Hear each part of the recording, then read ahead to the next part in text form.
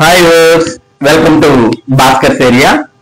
ఆంధ్రప్రదేశ్ రాష్ట్రంలో mega DSC notification April 20వ తేదీన విడుదలై మరి దరఖాస్తులు అనేది అభ్యర్థుల నుండి స్వీకరిస్తున్న విషయం మనందరికి కూడా తెలిసిందే.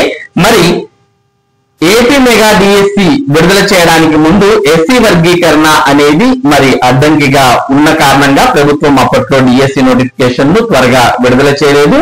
మరి ఎస్సీ వర్గీకరణకు సంబంధించి ప్రభుత్వం ఆర్డినెన్స్ జారీ చేసి వర్గీకరణను అమల్లోకి తెచ్చిన తర్వాత మరి డిఎస్సి నోటిఫికేషన్ విడుదల చేసింది.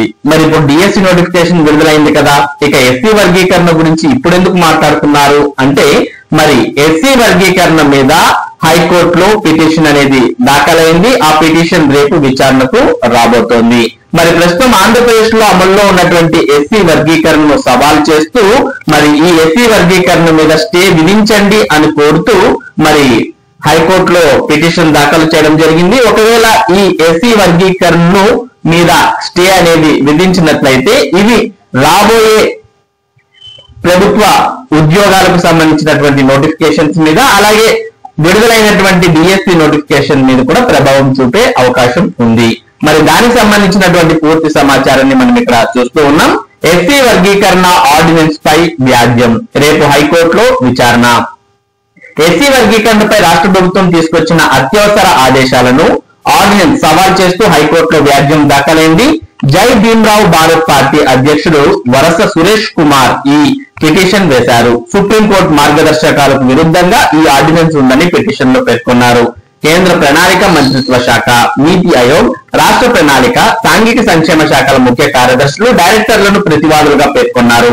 హైకోర్టు ప్రధాన న్యాయమూర్తి జస్టిస్ ధీరజ్ సింగ్ ఠాకూర్ నేతృత్వంలోని ధర్మాసనం సోమవారం ఈ వ్యాజ్యంపై విచారణ జరపనుంది. సర్వే చట్టబద్ధతపై ప్రశ్నలు. 2023 నవంబర్ 20న రాష్ట్ర ప్రభుత్వం ఇచ్చిన జీవో ఆధారంగా గ్రామ మరియు వార్డ్ సచివాలయాల శాఖ కుల ఆధారిత సర్వే చేసింది. ఈ సర్వేకు చట్టబద్ధత లేదు. పైగా సక్రమంగా పరిశీలించకుండా చేసిన ఈ సర్వే డేటాపై ఆధారపడి ఏకసభ్య కమిషన్ ఎస్సీ వర్గీకరణకు సిఫారసు చేసింది. సమగ్ర ఖచ్చితమైన డేటా ఆధారంగా ఎస్సీ వర్గీకరణ చేయాలన్న సుప్రీంకోర్టు ఆదేశాలకు ఇది విరుద్ధం. దీన్ని పరిగణనలోకి తీసుకుని జనాభా లెక్కల చట్టం నిబంధనల మేరకు కేంద్ర ప్రభుత్వం ఆమోదం, పర్యవేక్షణలో రాష్ట్రంలో ఎస్సీ వర్గీకరణపై వాస్తవ పరిస్థితుల అధ్యయనానికి నిపుణులతో స్వతంత్ర కమిషన్ వేసేలా ఆదేశాలు ఇవ్వండి.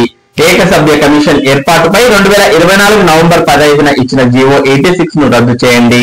ఎస్సీ కులాల సోషల్ ఆడిట్ కోసం విధి విధానాలను రూపొందిస్తూ సాంఘిక సంక్షేమ శాఖ గతేడాది డిసెంబర్ 20న జారీ చేసిన జీవో 91 ను కొట్టేయండి.